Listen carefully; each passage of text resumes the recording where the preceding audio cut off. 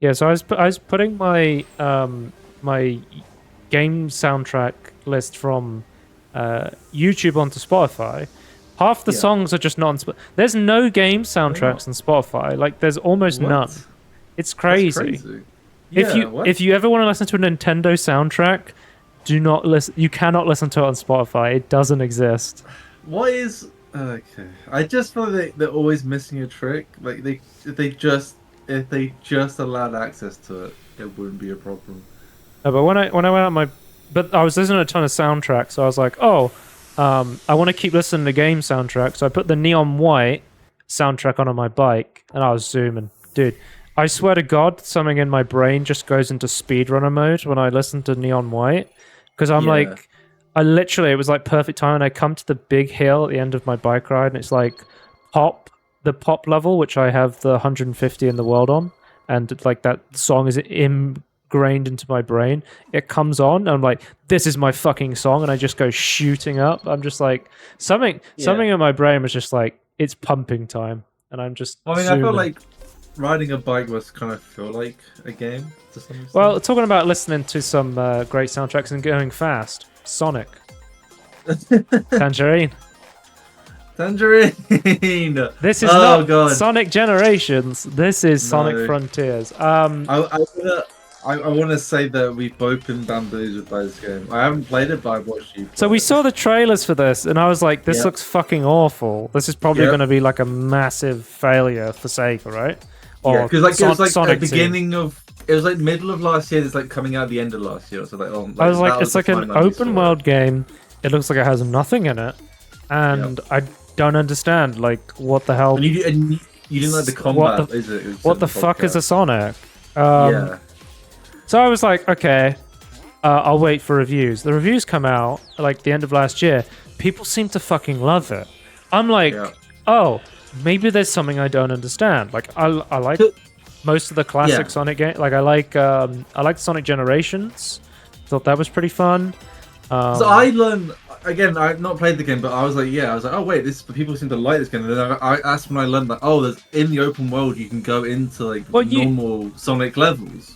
Yeah, so you go to like the store page of Sonic Frontiers, and it's like overwhelmingly positive. Oh, it's very positive. Sorry, I think at one point it may have been overwhelming, but it is like it's super positive, and people are talking about how much they love it.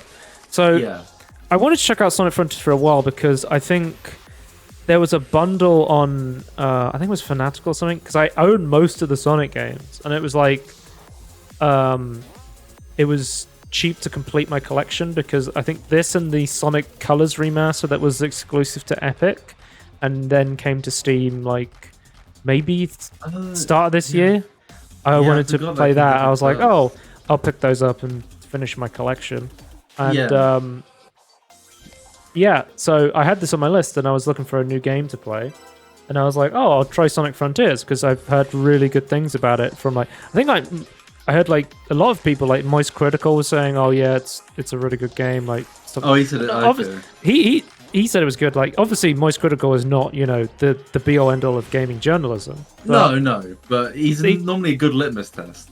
Yeah, he has his like Moist Meter show where he goes, "Oh, this game's pretty fun." So I thought, people generally seem to like it. I honestly hadn't seen too much about Sonic Frontiers. Like, I didn't know too much. I was like, I'll give it a go. I felt like I was having a crisis of faith playing this game because I went into the game and I was like, this game is borderline unplayable for a lot of the game. It's a big open empty world with nothing in it, and I was like, am I the contrarian? Because everyone seems to love this game. And I don't fucking get it. You just saw the entire level of like one of these like it was 3 minutes long. Okay, so let's say the positive thing about Sonic Frontiers. These cyberspace levels are legit really good. I think they're the best content in Sonic Frontiers, but they're the least Sonic Frontier thing about Sonic Frontiers. Yes, but I feel like it's not a long enough time of the game to like say the game is positive. Like to me, it just shows that they shouldn't have made the rest of the game. I'll show you. Okay. I'm going over the good stuff. I'll keep showing the... Okay. We'll start with the good stuff. So, and I'll give Sonic Frontiers its fair shake what it deserves. I started playing Sonic Frontiers completely modded. I was like, I hate the look of the pop-in. I'm going to play it modded. So immediately out of the gate, I had an uncapped frame rate. I went to 120. And I made it so that everything wasn't popping in every 2 seconds.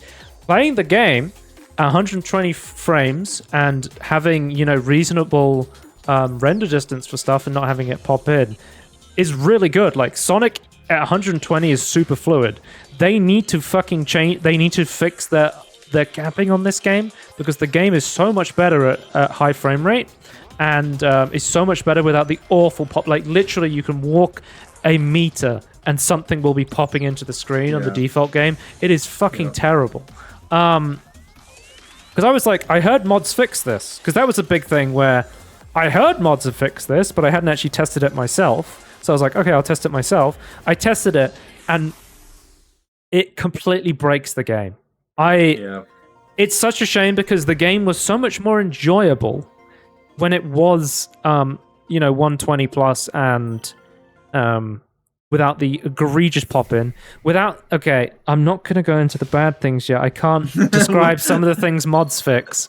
But yeah, I played it modded. It was awful. You saw me get to like the desert level, and the audio was just... It was awful. It was so It bad. worked okay for the first island. The second island was just... I was like, you know what?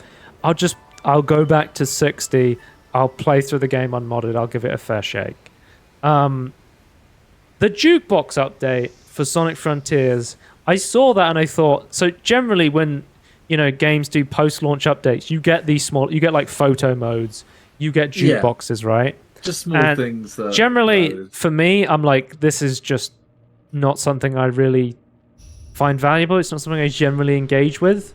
Like, I wouldn't load up another game and go, oh, they had a jukebox, I gotta get back into the game, sort of thing, right? I'm like, I'm also looking for story content or just additional gameplay sort of thing, right?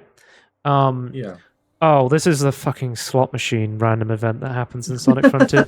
Don't question it. Sometimes randomly, you have to run around picking up things and you spin a slot machine to get more coins. To get more coins for fishing, and fishing is the most important thing in the game in Sonic Frontiers. We're not talking about negatives yet. Okay.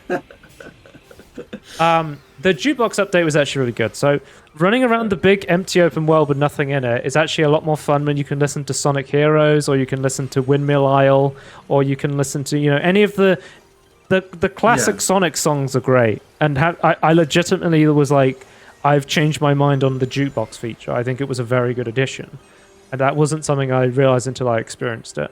Moving around in Sonic Frontiers is actually generally pretty fun. Like, just running around the island and like going fast and shit is pretty cool. The problem with that is there is absolutely no reason to run around the island other than to get from point A to point B. And in a really frustrating way, nonetheless. Because I don't know. Is there any more positives though? I kind of want to. Oh, hang on. Yeah, let me just think of some more positives. The feature in this game where you hold, I don't know what button you hold down, but they draw loops and things. The Y button, kind of a cool mechanic. But I don't like pressing the Y button, so I use the back paddle on my Elite controller, which I was like, oh, it's a game. I kind of like the concept of a 3D Sonic where you do something in 3D that's not like that's more like the activate stuff. I think that's kind of a good idea. Yeah, I don't know. The story is really fucking dumb. Yeah. I mean, it's this fucking Sonic game. Yeah, no, but it's bad for a Sonic game, I would say. I don't know. I can explain the story like later. There's like arbitrary level. So there's 4 things to collect in the world, right? There's these purple coins for fishing. Yeah. Then there's these little cocoa things which I was collecting, which increase your ring capacity or your speed, and your ring capacity is your health, because when you get hit you take damage through rings. So the more rings you can hold, the more health you have. But also, when you have max rings, you go into super fast mode, which is an unskippable cutscene that you have to watch every time you get unlimited rings. Even if you go under it slightly, then back up. Yeah. And then you collect these memory tokens which let you progress the Oh, look at this world. Oh, it's beautiful. Which you need to progress the story because your friends are like trapped in like cyber cages, and through the islands you free them by collecting tokens. So there's always a gimmick of a new token to collect on each island. There is like 3 or 4 main islands, and there's a couple of like end game stuff. I would say I'll talk about that later. Like, did I see this island? Was this? This is the first island. This is the beginning of Sonic Frontiers. So this is with the mods on. Yeah, I believe this is running at 120. In that, because I only ever saw it with like the bad pop-ins. But you are. To get it to work. This is going to be on a 60p YouTube video, and you're watching through a 720p 30 FPS stream. So But I was going to comment more on like the world with the pop-in better. I still think it looks bad. It just not less pop-in. It just still looks like random stuff just in the world. It looks. But it's other than like a couple of structures that look the problem with the pop-in is, for me, less so the aesthetic, but the fact that I can be hurtling towards a platform that's not there, and then it loads in as I land on it, and I'm like, what the fuck is going on? I can appreciate that's much worse than, But in terms of aesthetics, it still looks bad with the objects being loading in properly. Yeah, those are the soundtrack is pretty decent. Like, the boss fights are way over the top, which I kind of love. Yeah, I can't. It's like way over the top. It reminds me of like Sonic Heroes, where it's just like, screaming into rock music. Everything's cool. I don't have a problem with that. It's over the top, but I think that's you know what you're getting into, and it is at least it's having fun. It is somewhat competent. All right, Tony, I think it's been long enough. Let's get into the bad. Okay, I don't know where you want to start. I've got a video to show this. Okay. The fucking random puzzles in Sonic Front. Holy. Okay, so they go from the open world puzzles, which are usually run around in a circle drawing a line, and that solves the puzzle. Or there's these like couple of story-based puzzles where it's like impossible to solve. I spent like literally like 10 minutes trying to solve this until I gave up and had to Google it, because it was just so... It was like you're going from like playing with Play-Doh to then trying to play a game of chess. It's that level of like... what's the word? That level of like juxtaposition, right? Yeah. Where it just completely goes off the... I'm like, what the fuck is happening? And it's just... Everything in this game is so random. Like I was streaming the Desert Planet to you, right? And it was like... You meet up with Sonic. You meet up with Knuckles. Spoiler alert: you meet Knuckles in a Sonic game, and he's like, "Sonic, we need to drain the basin. Oh, we need to this pull fucking quest. We need to pull the plug on. This is part of the main story. We need to drain this basin for some reason. We need to drain this." I was questioning like why Knuckles. I'm like, okay, fine. And then you do that, and Knuckles goes, "Oh, Sonic, why did you do that? That was dumb. We didn't think about why we were draining the basin." And I was like, did anyone who worked on this fucking game think about anything they were doing when they did it? Can we just point out, there was no payoff to that. We just went to the next mission after that. We collected some stuff, then went... Sonic Frontiers feels like literally... I know it looks like a tech demo. It feels like a tech demo. There is so much just random shit thrown together that it just makes no sense. So this puzzle, one beam moves a different beam, but then if you move that beam, it'll move a different beam as well, and you have to try and connect all the... I was just like... Yeah, that's a common puzzle, but why is it in a Sonic game? I was just like... I think, speaking of random though, like I was watching you, like... Yeah, I was only watching the desert world. It was like I was watching you random. You wanted to get to a certain place, right? You were following like the compass. And it's like the way the objects were placed was like, no, you're not meant to approach it from this direction. So it just like pointed you in the wrong direction. On the platform, on the platforms, there's these bouncer pads, and they always bounce you in one direction, right? But it's like you can't control it despite being open world. I want to go in the other direction, but every single obstacle is set up to push you in a different direction. Into like a specific direction. It's like, but it's an open world game. What if I want to go in the other direction? It's like, no, we didn't think of that. I was just like, okay, I guess I have to go this way. But it's like it's not even linear in that fact. Like, but you know what's crazy? You know, I swear in Sonic Heroes there was like a cannon where you could decide a direction to point in. Like that's a mechanic. Yeah, in 3D Sonic games. That exists in this game, but it's used very sparingly in like random little sections. I would have used that all the time because it's an open world game, personally. So most of the time playing Sonic Frontiers is fighting the camera and fighting Sonic in terms of where you actually want to go. Like the camera in this game, holy shit. So you'll be running around the open world, right?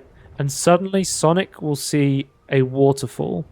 And without a beat, the game will take control of Sonic away from you. You'll have to stand dead still.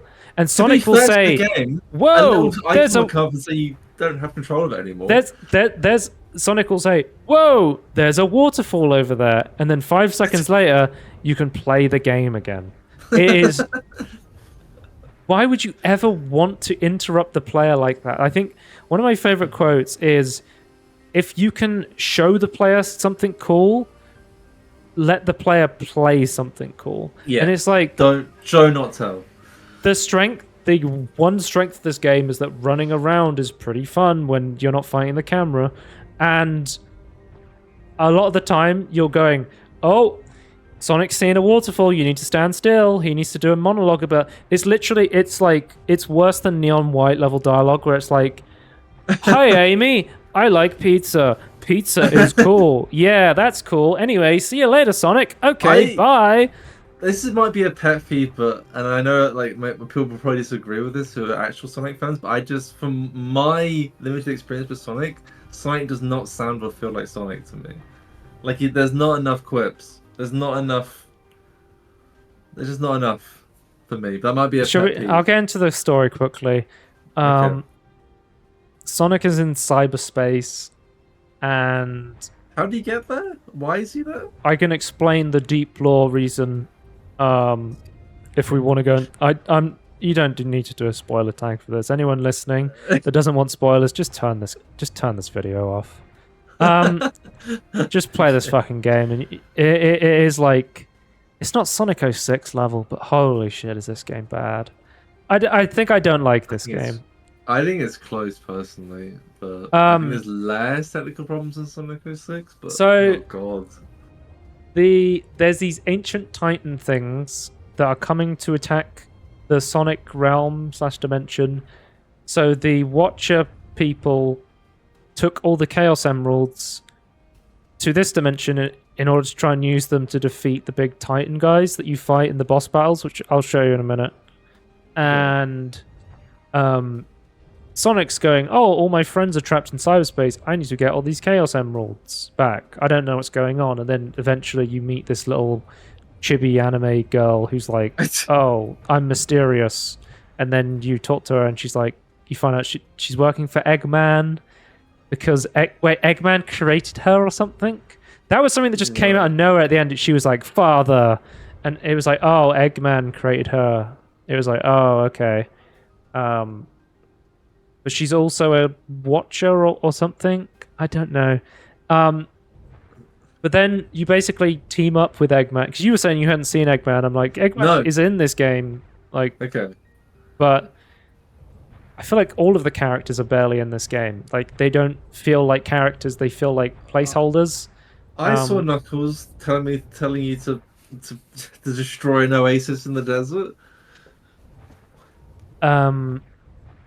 Yeah. So you want to get these Chaos Emeralds to defeat the Titan, and then this big Titan comes down, and it's this big epic boss battle, and Eggman helps you get the finest Chaos Emerald. Basically, the main plot and gameplay of the game is you're running around collecting keys by doing cyberspace missions, and then you use these keys to unlock the Chaos Emeralds. But in order to progress as well, you need to get these memory tokens. And to get these memory tokens, you need to find them around the world to progress the story. And the number one way to get memory tokens, Tony, is fishing. Let's get into fishing. When I started playing Sonic Frontiers, I did not realize how core of a mechanic fucking fishing was to the game. Okay, so And you're saying it doesn't even tell you like no, it does you not need to explain do that. fishing at all. So you're randomly running around the world, and you'll see what looks like a cyberspace mission, and it's like fishing spot 0% complete. I'm like, what the fuck is a fishing spot? And then you go in there, and Big the Cat's like, hey Sonic, want to catch some fish? And it's like, well, okay. I hate that. I almost a lot of my issues are aesthetic, but this is another aesthetic one. It's like there's like real life or like realistic looking fish next to like the mechanical fish, and it's like it doesn't work. These assets don't work together. But buying this lets you figure out what purple coins actually do. So you trade purple coins for a go on Big the Cat's fishing rod. That's not a euphemism. And this lets you fish up, which is a 2-button minigame. You basically, there's a ring, you press a button, and then you press a ring again, and that's the whole minigame.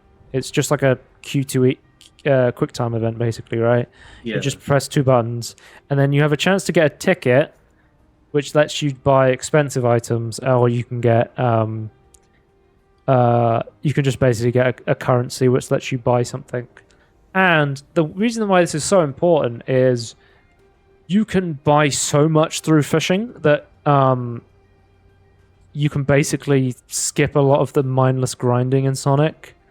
But not only that, is there's these elders which you use to upgrade Sonic, because Sonic has levels in this game for some reason, and you level that up. Every good game has leveling system. Collecting these cocos, or collecting these attack tokens, or collecting these. There's me being unable to figure out the puzzle. You were there for a long time. I think I would have given up as well. But you can basically, I think towards the end, I was level 99 on everything because I just bought it all with fishing. I had so many fishing coins that I was just like, yeah, I'll just buy everything with fishing because fuck grinding that shit. It's so boring. But through fishing, as a rare drop, you can find fast travel points to fast travel to the Cocos, essentially allowing you to fast travel around the world and being able to quickly upgrade your character, which makes the game so much more enjoyable, like just being able to quickly go around the world. But the way Sonic Frontiers works with the map is completely blank by default, and the only way to fill up the map is by doing random events around the world. So and the way okay, I think you need to explain how much the map you unlock. Like this pixelatedness, this pixelatedness that you're seeing is because like you think think of a Ubisoft game. You climb a tower and it unlocks like a radius around the tower, right? Or maybe it's in a certain direction because you're on a cliff or something. But it's logical. Why in this game does it just do a random load of pixels on the map?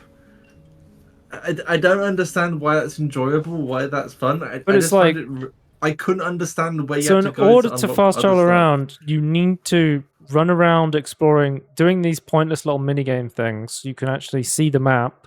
Then you find the Cocos and have the... Even if you find the Coco, if you don't have the random little event near him that unlocks seeing him on the map, you cannot, fast travel to him when you find the token. I literally... Like, towards the end of the game, I was Googling where the fishing spot was, and I was just running straight to it, because so much of the game is actually tied behind fishing that it's fucking insane. I was like, and there's certain levels, like the second and third level, are so hard to navigate that they're genuinely unfun to go around, whereas, like, the first world, and I think maybe the later world, is okay. But, there's these giant mountains. It's like, oh, you can't go here, you can't go here, you can't go here. And then the third world is like this bullshit mechanic where you need to basically swing off a bird, which lets you, like, glide around. But it's like, imagine controlling, like, a drunk swan. It's kind of like that. And it feels so fucking awful. Yeah. So you have to get pointless map unlocked to get to pointless fishing stuff to unlock pointless leveling. But the whole time you're running around, there'll be like giant bird robot attack, and you'll just get attacked by these mini bosses, and they're fine when you do them once. But then once I did them once, they'll just randomly attack you, and it's just like I just kept walking away from them because I was like, what are you gonna do, stab me? Like, yeah, I feel like I quite the mini bosses as well, but like, I haven't even talked about the combat is fucking awful in this game. I hate the combat. It evolves into your like drawing circles or just spamming buttons. That's the entire combat. It is so boring, and it has no complexity to it. There was like a power-up that just meant it would like randomly cast one of your combo moves, and I was like, yeah, put it on. I don't care about combos. Just get me through this fucking combat. Yeah, I just feel like, but I feel like a lot of mini bosses, like if it was in a linear 3D Sonic game, they could have been good. But like, yeah, in a open world game, it doesn't make any sense. But you don't get anything out of it, do you? Sonic's always struggled with combat, right? Yes. Defeating mini bosses gives you keys, I think. So you can get stuff out of fighting the mini bosses, yeah. Honestly, running around in circles repeatedly gives you a bunch of shit. Like if you want to run around in circles repeatedly, drawing circles with your psi loop, that's the easiest way to just get a bunch of coins and tokens and stuff like that. It's kind of dumb. It feels like a debug. It's Squid. Squid. So I'm in the middle of fighting this guy. It's like Squid's attacking you. This is like worse than how Skyrim does those sort of things. It's crazy. Yeah, it's like you're in the middle of fighting a bear, and it's like, halt, criminal scum, and just some fucking guard starts attacking you or something. Or like a dragon, just because I know like I can find like, is that wait? I'm a bit busy right now. I don't need to fight a mammoth, a giant, Sonic a dragon, Frontiers. And I think the easiest way to say it is Sonic Frontiers does not respect your time. It's like you're in the middle of something. Well, Squid's attacking you. Get fucked. Well, you get too close. What was it like the one that like you kept dying on because there's like bullshit mechanics where like you were grinding around it in rings. Like, that was on the desert area, yeah. Yeah, I don't remember what that was called. There's like, so many random mini bosses in this game. Or something. It was the first. This is the first Strand game from Sega Team. Yeah.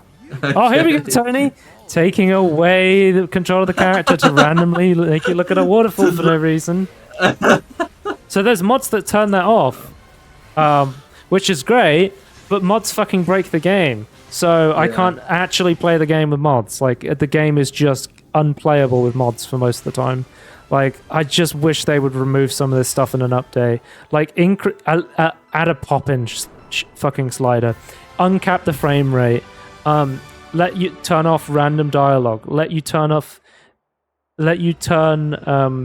randomly taking control from the player away, like, or randomly taking camera controls away. I don't know. It's really stupid. I just find that almost every aspect of this game is frustrating, and like even with the good stuff. Well, the good stuff is not there for long enough to make. I was talking about in the past. I was like, "There's so many games I should have given up on," and I just keep going into them because of sunken cost. I almost gave up on Sonic Frontiers, and maybe I should have. Like, I don't know. I don't think this game was worth completing. But it's always like when you start something, you're just like, I wonder if there's anything else. Like, I think I was just egged on by mentally ill Sonic fans and their idea that this is a really good game, that I had to see it to the end to just be like, no, there was nothing else to it. It was just fucking awful. So we got Colossus, Shadow Colossus. Oh, that's great. Yeah, these are the boss battles. This looks awful. You basically... Is this I think this is the one with Super... the final Chaos Emerald is on top of the boss, and then you get that, and then you turn into Super Saiyan Sonic, or whatever the fuck it's called in Sonic lore, and you basically... That's when Indestructible starts playing. He's like, I won't kill... And he's like playing the like edgy music. Hang on, I'll turn it up.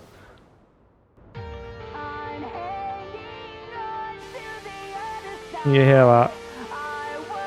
I like the song. I think it's pretty decent. But it's so over the fuck. It's Sonic. It's so over the top.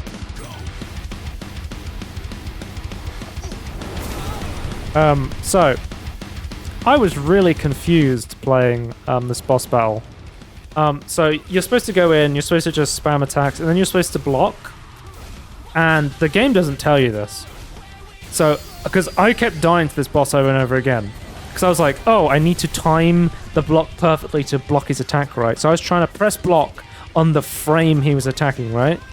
No, that's not how blocking at all works in Sonic Frontiers. I literally had to look this up because I was going nuts thinking, I can't beat this boss. What is going on? In Sonic Frontiers, if you hold down the block button, you will block an attack. There's no input required past that point. If the boss looks like he's about to attack you, hold down the block button, and that's the whole combat mechanic. That's kind of dumb. Because, surely if you added the block button, you normally, you try and make it like a skill. Just another thing that is never explained to you in Sonic Frontiers. Yeah. I had to literally look up an IGN guide or something to just figure that out. Oh, really? Yeah, because I was like, why am I feel like I'm not doing anything awfully. I feel like I don't understand how the block works. So I was like, oh, I'll look up a guide. And I was like, oh, turns out there's a core mechanic the game's not telling you. Classic fucking Sonic Frontiers. Just the whole game. Yeah. Yeah. I finished this game. At least the music's good. Yeah, I mean, that's my biggest fucking thing I liked about Sonic Frontiers. I said the jukebox is good. Running around listening to the Sonic soundtrack is great.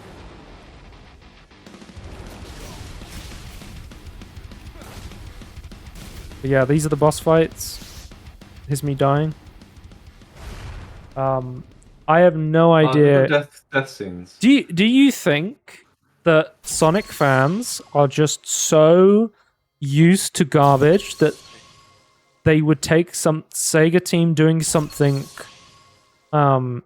different and just trying this open zone game and go, oh, they're trying something different. There's brief glimpses of good things in this tech demo.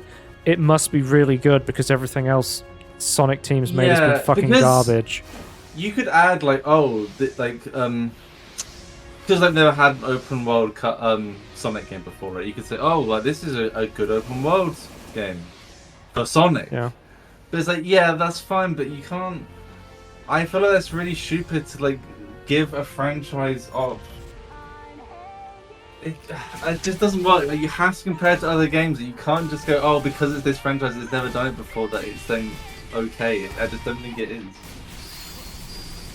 Yeah. I think the end of the game is just it turns into you climb a bunch of towers and then you fight a giant boss in space. It reminded me of fucking Azure's Wrath, the ending of this game. It's like, I'm going to fight a giant monster in space for no reason now. I must go back to my home planet. I don't know. It was so fucking weird. It's just Sonic games. Yeah. That's Sonic Frontiers. Tony, would I recommend Sonic Frontiers? No. Don't play Sonic Frontiers. Don't, Tony, don't believe the hype. Don't believe the hype. I just feel like I've been absolutely bamboozled by the fan base and people reviewing it. As well, we just had Gamescom yesterday of recording this, and yesterday we're like, Sonic Frontiers update coming in September, October. There's going to be new story content. There's going to be new gameplay, and I'm like, hell, fucking no, I'm not playing this game again. Fuck that shit. I've got a question. Would you refund this game if you could?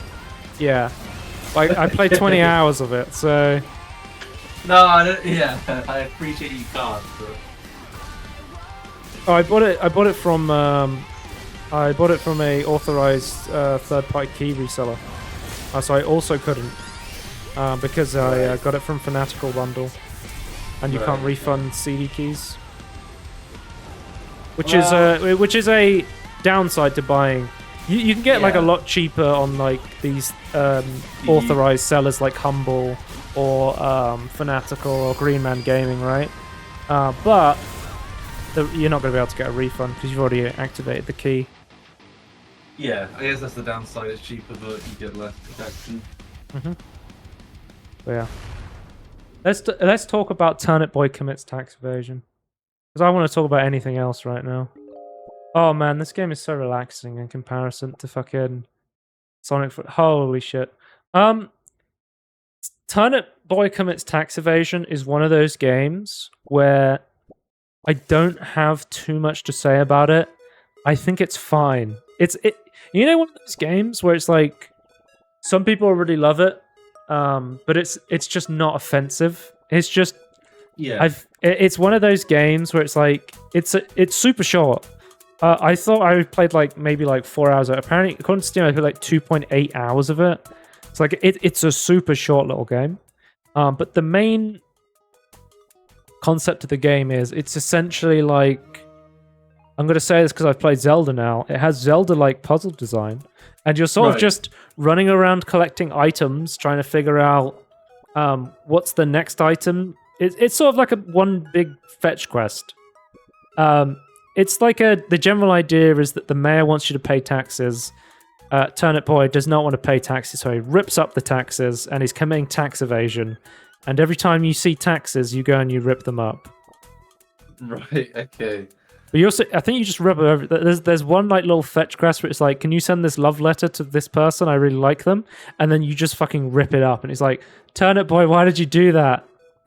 I don't think Turnip Boy talks at all, if I remember. He just sort of stands there.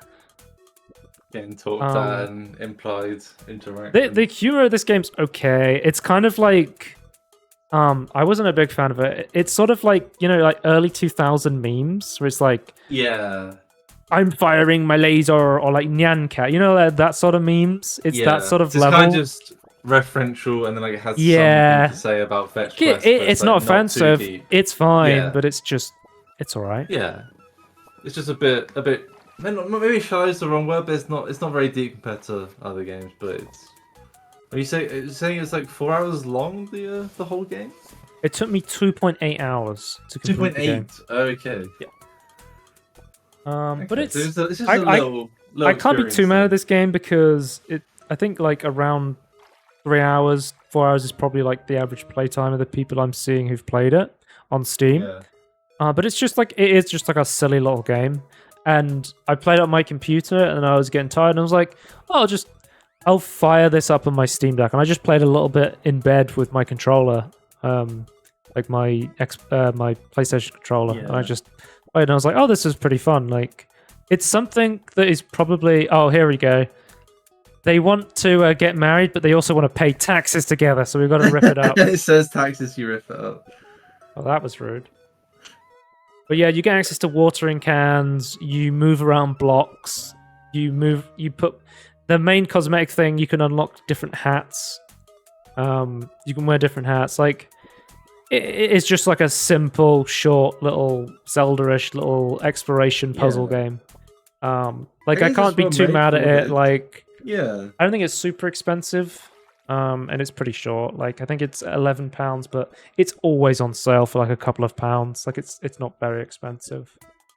Just a cheap little experience. I think and Turnip, you own this game, so you can be playing this game too. I feel like I bought it in a bundle. I can't remember though. I could have bought it. There is like, when you finish the game, there is like an endless mode where you can essentially go on this train. And it's sort of like a roguelike combat thing. And I think their next game is going to be more like a roguelite. Okay. I think it's like Turnip Boy commits grand larceny or something like that. Like, it's a robbery thing. Let me look it up if it's got a store page. If it's like a roguelike with an end to it, that'd be great. Turnip Boy robs a bank. This is the new one that's coming out. But that's going to be... This one is like... I didn't like the combat at all. It's very like simple combat, but even then it's not the greatest. It's sort of like slowly swinging swords at things until they die slowly. Right. But the Turnip Boy Robs the Bank looks interesting because that's more like a shooting roguelite.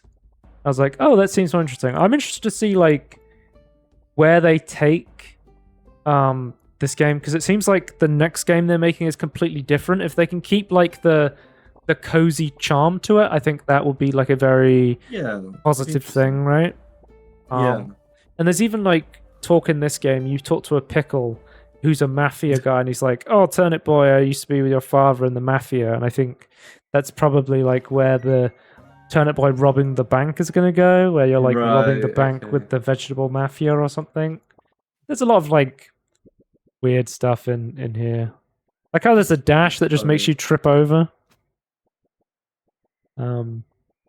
Yeah, I tried the endless cart mode and I was like, no, I'm done with this game. I played 3 hours. I had fun with my 3 hours.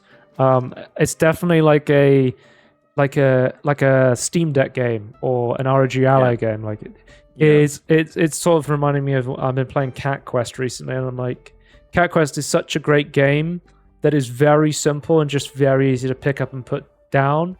And this is like a very easy, short pick up and put down sort of game. So if that's what you're looking for and you can get it like on sale pretty cheap, then yeah, Turnip Boys. It's pretty fun. It's just, it's not the next mind-blowing game like Sonic Frontiers. And we will see you next time. Goodbye. What the fuck is a Sonic? What the fuck is a Sonic?